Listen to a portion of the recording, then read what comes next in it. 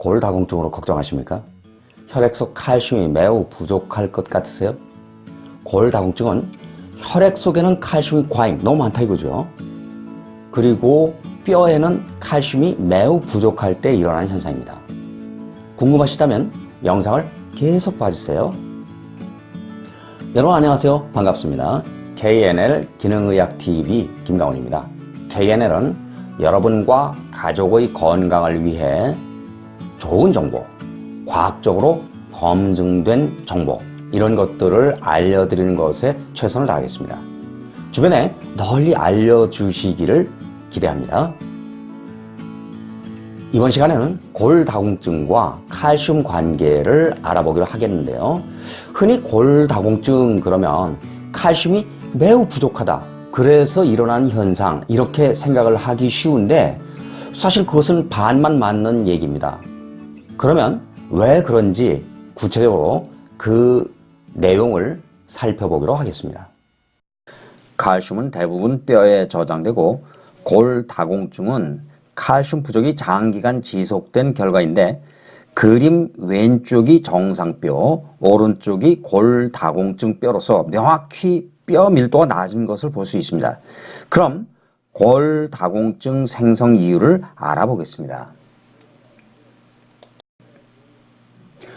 우리 몸에서 산과 염기 균형은 칼슘으로 유지됩니다.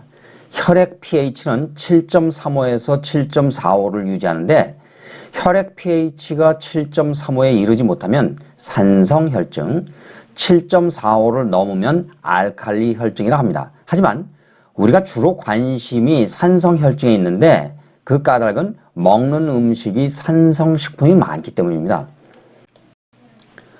그런데 혈액의 pH가 낮아지면 pH 균형을 유지하기 위해서 부갑상선 호르몬에 의해 뼈에서 칼슘을 꺼내 혈액으로 보내고 혈액의 pH를 되돌리는데, 이때 뼈에서 칼슘을 과잉으로 가져오게 되면 혈액은 칼슘 과잉, 뼈에는 칼슘 부족, 이런 현상이 일어납니다. 칼슘은 그림처럼 항상성을 가져서 우리가 관심이 있는 혈액과 뼈 사이에서 균형을 유지합니다.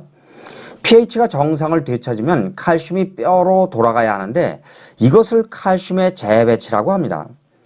그러기 위해서는 필요한 영양소가 마그네슘, 비타민 D, 비타민 B6, 비타민 B6를 피리독신 이렇게도 부릅니다. 비타민 K2, 붕소입니다. 칼슘의 재배치가 이루어지지 못하면 혈액은 칼슘이 과잉, 뼈에는 칼슘 부족, 이런 현상이 일어나고, 이 현상이 지속되면 혈관벽에 칼슘이 달라붙으며 석회화가 일어나서 동맥경화가 되고, 뼈에는 칼슘 부족으로 골다공증이 생깁니다. 혈관에 남아도는 칼슘 위치가 뇌혈관이면 뇌조직 표면에 붙어 석회하여 염증 반응과 치매로 이어지는 식으로 과잉의 칼슘 위치에 따라 결석이 생성되어 문제를 일으킵니다. 칼슘과 마그네슘은 서로 작용하는 방법이 반대입니다. 칼슘은 근육을 수축시키고 마그네슘을 이완시키는데, 마그네슘을 천연의 진정제라고도 합니다. 마그네슘은 특히 심장 근육에 중요합니다. 근육 운동이 가장 활발한 기관 중에 하나인 심장의 경우 칼슘은 필요할 때 뼈에서 가져다 쓰면 되지만, 마그네슘은 우리 몸에서 최대 저장량이 24g 뿐이고 뼈에서 가져다 쓸 수도 없기 때문에 결핍 시 마비가 오게 되는 것이죠. 칼슘과 마그네슘의 적정한 섭취 비율은 2:1입니다. 또한 칼슘과 마그네슘은 체내에서 신경신호를 전달합니다. 칼슘은 세포 안팎에 모두 존재하는데, 세포 밖에 있는 양은 안에 있는 양에 대하여 거의 10만 배에 이릅니다. 만약 세포 안에 칼슘이 밖으로 자유롭게 이동하지 못하게 되면 상대적으로 세포 안에 칼슘이 증가하여 고혈압, 동맥경화 등과 같은 질환을 유발하게 되겠죠. 또한 칼슘이 인슐린 수용체를 막아 당뇨를 일으키기도 합니다. 칼슘 통로 차단제는 대표적인 고혈압약으로 혈관이나 심장 근육을 이루는 세포 안으로 칼슘 유입을 차단하여 심장 박동을 약화시키고 혈압을 낮춰줍니다. 칼슘 결핍은 섭취 부족뿐만 아니라 체내 대사 과정이 원활히 이루어지지 않는 경우에도 발생합니다. 첫째, 석회화는 산염기 균형 조절 과정에 사용되지 않은 칼슘이 인근 조직에 침착되어 각종 문제를 유발하는 것으로 혈관벽에 침착되어 동맥경화, 관절에 침착되어 관절염이나 오십견, 뇌 조직에 침착되어 치매로 이어질 수 있습니다. 또한 요산과 결합하여 신석, 담즙과 결합하여 담석, 뼈나 관절과 결합하여 뼈돌기를 생성하기도 합니다. 둘째로 암 유발 관련성인데 칼슘이 면역세포에 침투하면 면역세포 간 신호 전달이 원활하지 않아 면역력 저하를 유발합니다. 또한 칼슘은 세포 자연사 에파프토시스라고 부르죠. 여기에 정상적 세포 사멸에 관여하는데 칼슘 대사에 문제가 발생해 세포 사멸이 이루어지지 않으면 정상세포는 암세포로 변이될 수 있죠. 주로 소화기 암을 유발하는데 칼슘 섭취는 예방과 증상 완화에 도움을 줍니다.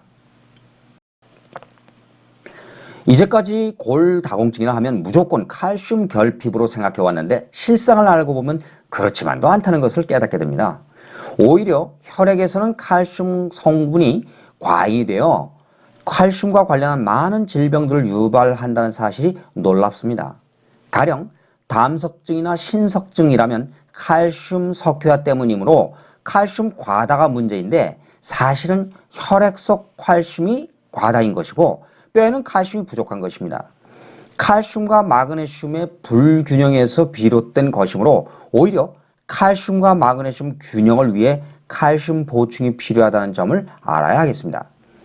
다만 칼슘 단독 섭취 말고 마그네슘과 함께 균형 있게 섭취해야 한다는 점이 중요합니다. 섭취 비율은 다시 한번 강조하지만 칼슘 대 마그네슘이 2대 1 이렇다는 점을 잊지 마십시오. 오늘 영상은 여기까지입니다. 이 영상이 마음에 드신다면 구독, 좋아요 부탁드리며 모든 분들이 건강하고 행복하게 지내기를 기대합니다. 그럼 다음 시간에는 더욱더 건강한 모습으로 뵙기를 바랍니다. 여러분 끝까지 시청해 주셔서 감사합니다. 이만 마칩니다.